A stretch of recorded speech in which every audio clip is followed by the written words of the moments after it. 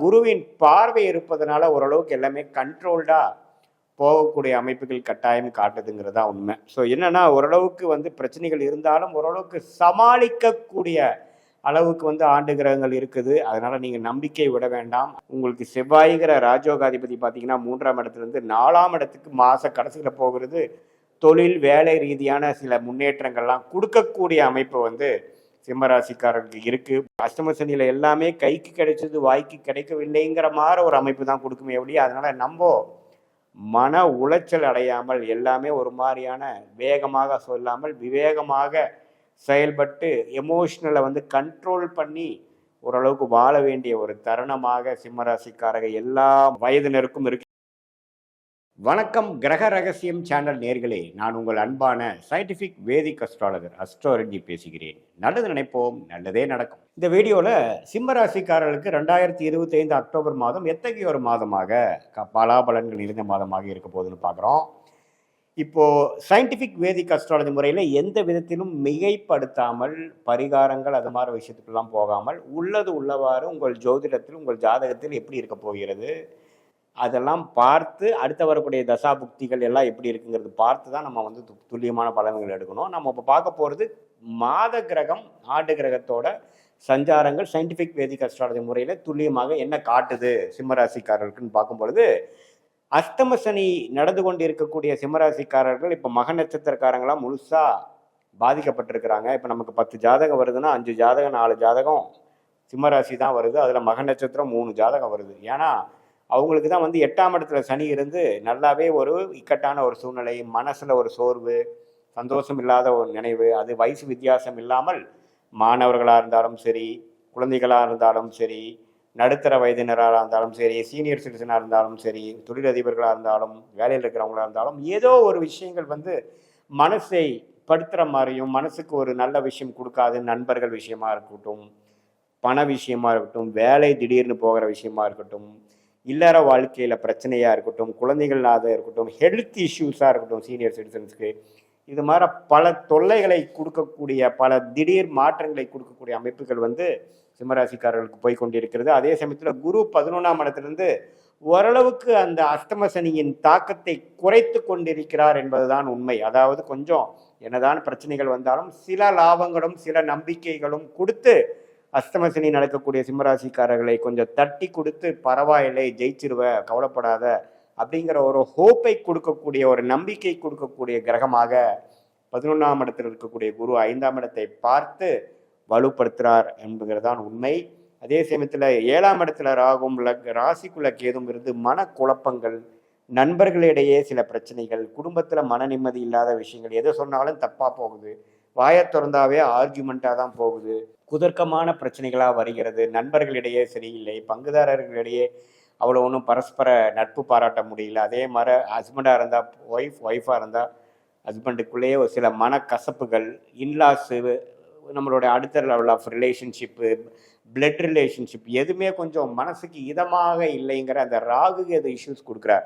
But இதில் என்னென்னா குருவின் பார்வை இருப்பதனால ஓரளவுக்கு எல்லாமே கண்ட்ரோல்டாக போகக்கூடிய அமைப்புகள் கட்டாயம் காட்டுதுங்கிறது தான் உண்மை. ஸோ என்னென்னா ஓரளவுக்கு பிரச்சனைகள் இருந்தாலும் ஓரளவுக்கு சமாளிக்கக்கூடிய அளவுக்கு ஆண்டு கிரகங்கள் இருக்குது. அதனால் நீங்கள் நம்பிக்கை விட வேண்டாம். அதே சமயத்தில் ராசி அதிபதி ஆகிய சூரியன் 2ஆம் இடத்துல இருக்கிறது மாத 2வது வாரத்துக்கு அப்புறம் 3வது வாரத்துலேருந்து 3ஆம் இடத்துக்கு நீச்சமானாலும் குருவின் பார்வை பெறுகிறார். ஸோ அதனால் சில விஷயங்கள் பாசிட்டிவாக நடக்கும், சில அதிருப்தியான சில விஷயங்கள் நீங்கும், சில பாசிட்டிவான ஓப்பனிங்ஸ் கிடைக்கும், மனக்கவலைகள் குறையும், உடல் உபாதைகள் சரியாகுங்கிற விஷயம் குருவின் பார்வை ராசி அதிபதி ஆகிய சூரியனுக்கு கிடைப்பது கொடுக்கக்கூடிய அமைப்பு 3rd and 4th week of அக்டோபரில் உங்களுக்கு கிடைக்குதுங்க. அதே சமயத்தில் உங்களுக்கு செவ்வாய்கிற ராஜோகாதிபதி பார்த்தீங்கன்னா 3ஆம் இடத்துலேருந்து 4ஆம் இடத்துக்கு மாத கடைசியில் போகிறது.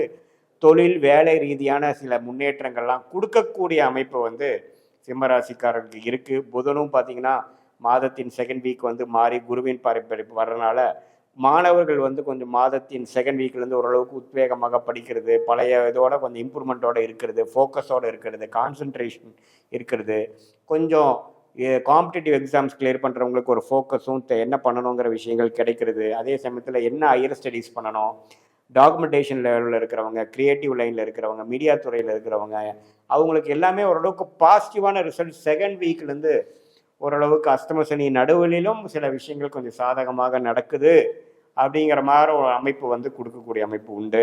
குழந்தைகள்னால சில விஷயங்கள் பாசிட்டிவாக வரக்கூடிய அமைப்புகள் இருக்குது.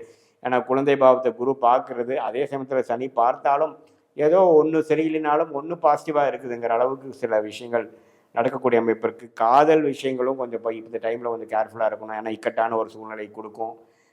ஏன்னா அஷ்டம சனியில் எல்லாமே கைக்கு கிடைச்சது வாய்க்கு கிடைக்கவில்லைங்கிற மாதிரி ஒரு அமைப்பு தான் கொடுக்குமே ஒழிய, அதனால் நம்ம மன உளைச்சல் அடையாமல் எல்லாமே ஒரு மாதிரியான வேகமாக சொல்லாமல் விவேகமாக செயல்பட்டு எமோஷ்னலை வந்து கண்ட்ரோல் பண்ணி ஓரளவுக்கு வாழ வேண்டிய ஒரு தருணமாக சிம்மராசிக்காரங்க எல்லா வயதினருக்கும் இருக்குது. ஏன் சிறு குழந்தைங்களுக்கே பார்த்தீங்கன்னா அவங்க ஸ்கூலில் அவங்க ஃப்ரெண்ட்ஸோட சண்டை, குறும்பு பண்ணுறது, உடம்பு அடிபடுறது, கை உடையிறது, கால் உடையிறதுங்கிற மாதிரி சில சில தொந்தரவுகள் வந்து கொடுக்கக்கூடிய அமைப்பு இருக்கிறனால இந்த அடுத்த ஒரு 3 மாதங்கள் மக நட்சத்திரக்காரங்களும் அடுத்த வருஷம்லாம் பூர நட்சத்திரக்காரங்களும் கொஞ்சம் கேர்ஃபுல்லாக பொறுமையாக இருக்க வேண்டிய அவசியம் தேவைப்படுகிறது. மற்றபடி குருவின் சஞ்சாரம் நல்லா இருக்கிறனாலையும் மாத கிரகத்தின் பயிற்சிகள் வந்து ஓரளவுக்கு சிம்மராசிக்காரர்களுக்கு பாசிட்டிவாக இருக்கிறனால அந்த அளவுக்கு வந்து நட்டாத்தில் விட்டு நம்ம பிரச்சனை கொடுக்கக்கூடிய அமைப்புகள் இல்லை. இது ஒரு பொதுவான பலன்களை தவிர உங்களுடைய ஜாதகத்தில் நீங்கள் எது மாதிரி நேரத்தில் எந்த தேதியில் எந்த ஊரில் பிறந்தீங்கிற வைத்து நீங்கள் என்ன லக்னத்தில் பிறந்தீங்க, லக்னாதிபதி எப்படி இருக்குது, என்ன தசை நடந்து கொண்டு இருக்கிறது, அதில் என்ன புக்தி நடக்குது, புக்தியை டிவைட் பண்ணோம்னா என்ன அந்திரம் நடந்து கொண்டு இருக்கிறது, இந்த புக்திநாதன் தசநாதன் அந்திரநாதன் நம்ம இப்போ பேசின கோச்சார் அமைப்பில் என்ன பயிற்சிகள் இருக்குது, அந்த சிம்ம ராசிக்கு எது மாதிரி அமைப்பில் இருக்குங்கிறதெல்லாம் ஒருங்கிணைத்து நாம் பார்க்கும்பொழுது சயின்டிஃபிக் வேதிக் அஸ்ட்ராலஜி முறையில் அறிவியல் சார்ந்த முறையில் மிகைப்படுத்தாமல் பரிகாரங்கள் அது மாதிரி மூட நம்பிக்கையில் போகாமல் உள்ளது உள்ளவாறு கர்மா எப்படி செயல்பட போகிறது, எது மாதிரி விஷயங்கள் உங்கள் வாழ்க்கையில் அடுத்தடுத்த விஷயங்கள் நடக்கக்கூடிய அமைப்பு காத்து கொண்டிருக்கிறது, எது மாதிரி முடிவுகள் எடுப்பது நல்லது, எந்த நேரத்தில் மாற்றங்கள் நல்லது, எந்த நேரத்தில் அடக்கி வாசிப்பது நல்லது, எந்த நேரத்தில் எது மாதிரி பிராப்தங்கள் நமக்கு காத்து கொண்டிருக்கிறது, எந்த நேரத்தில் நம்ம செயல்படலாம், எந்த நேரத்தில் நம்ம வந்து கொஞ்சம் வந்து எந்த விதத்திலையும் முயற்சி எடுக்காமல் கொஞ்சம் அமைதியாக இருக்கக்கூடிய காலகட்டம் என்ன, நம்மளுடைய கர்மா என்ன சொல்லுது, வெளிநாடு விஷயங்களா அல்லது உள்நாட்டு விஷயங்களா, வெளி மாநிலமா, வேலையா, தொழிலா, கல்யாணம் எப்பொழுது, எது மாதிரி விஷயங்கள், படிப்பு எப்படி, இது எல்லாமே உங்களுடைய ஜென்ம ஜாதகத்தில் சயின்டிஃபிக் வேதிக் அஸ்ட்ராலஜி முறையில் துல்லியமான பலன்கள் பார்த்து அறிவியல் சார்ந்த முறையில் ஒளி தத்துவத்து மூலமாக பார்த்து இப்போ பார்த்த கோச்சார முறையில் வரக்கூடிய ஆண்டு கிரக மாத கிரகத்தின் அமைப்பும் சேர்த்து வைத்து பார்க்கும்போது சமய விரயங்கள் பொருள் விரயங்களை தவிர்த்து உங்கள் பிராப்தம் என்னவோ அதுக்கு தகுந்த மாதிரி முடிவுகளை எடுத்து எதிர்நீச்சல் போடாமல் உங்களுடைய குறிக்கோள், உங்களுடைய வாழ்க்கையின் கோல்ஸ் என்ன, நீங்கள் வாழ்க்கையில் என்ன செய்ய நினைக்கிறீங்கிறதெல்லாம் தெளிவாக தெரிந்து நம்ம பிராப்தத்துக்கும் நம்மளுடைய திட்டங்களுக்கும் உள்ள இடைவேளையை குறைத்து அது பிரகாரம் நம்ம வாழ்க்கையில் ஒரு விஷயமும் அந்தந்த நேரத்தில் நாம் பொறுமையாக செய்யும் பொழுது எளிதாக நம்ம வாழ்க்கையில் வெற்றி பெறலாம்.